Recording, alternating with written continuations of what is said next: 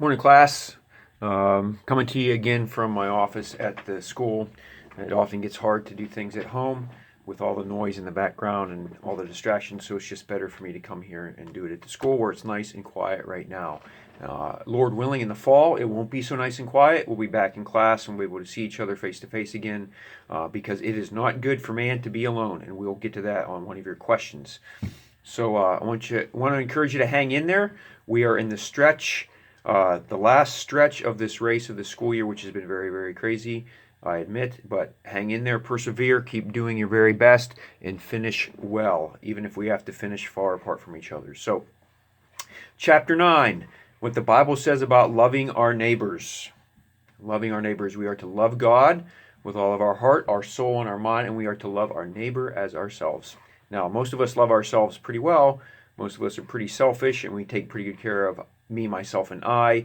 But the scriptures tell us that we are to love our neighbors in the same way that we love ourselves. So that's what this chapter is going to be about. And the first set of questions that I gave to you, I want to go over those now. Fatalism. What is fatalism? Fatalism is the belief that all events are predetermined and inevitable, meaning that they will happen no matter what you do. Fatalism is the idea that no matter what I do, it's not going to change the future.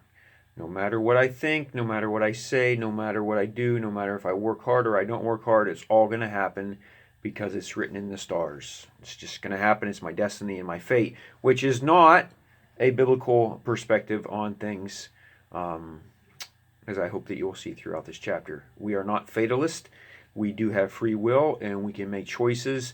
And with each choice, each decision, each attitude that we bring about, we are writing the story of our life. And that can change. That can change. The course of your life can change based on the decisions that you make. Now, the biblical creation account rejects what isms? Question number 2. Rejects what isms? It rejects a whole bunch of them. It rejects atheism, polytheism, naturalism, pantheism, panentheism, Gnosticism, agnosticism, nihilism, and evolutionism. Because there is a God in the creation account, there must be a God. Scratch off atheism. There was one God who did the creating, not a multitude of gods. Scratch off polytheism. Naturalism. Because there is a God and we're made in his image, we have a spirit and we have immaterial parts of our being. So scratch off naturalism and so on, down the list. God is separate from his creation, so God is not creation. God is not nature. Scratch off pantheism. Gnosticism. God got his hands dirty, and Jesus had a body. So matter, material universe is good. So scratch off Gnosticism, which says that only the spirit is good, and so on down through the list that you've got there. So it rejects a number of isms. What does the Hebrew word for work mean?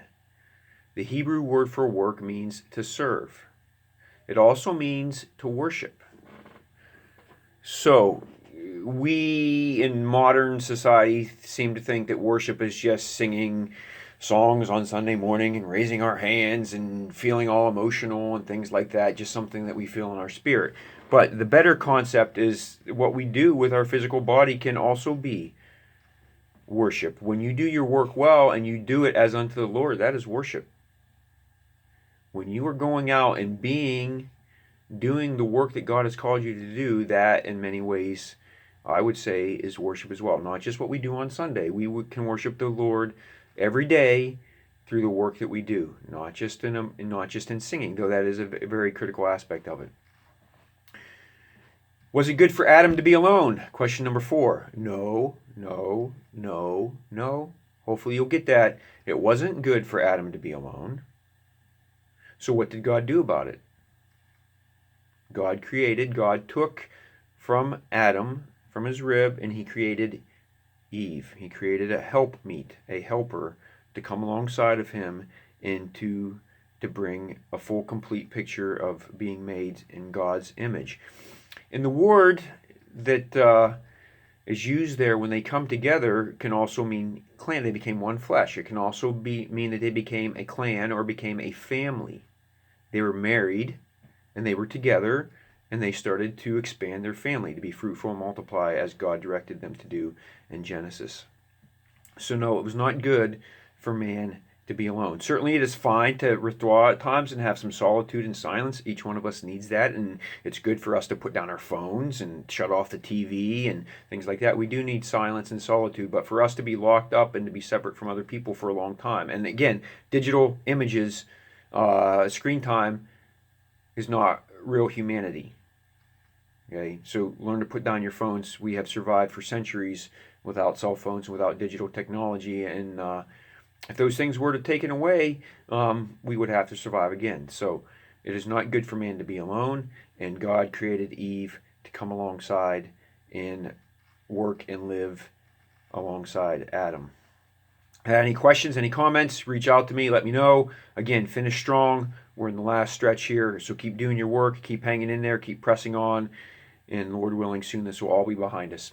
Again, have a good day.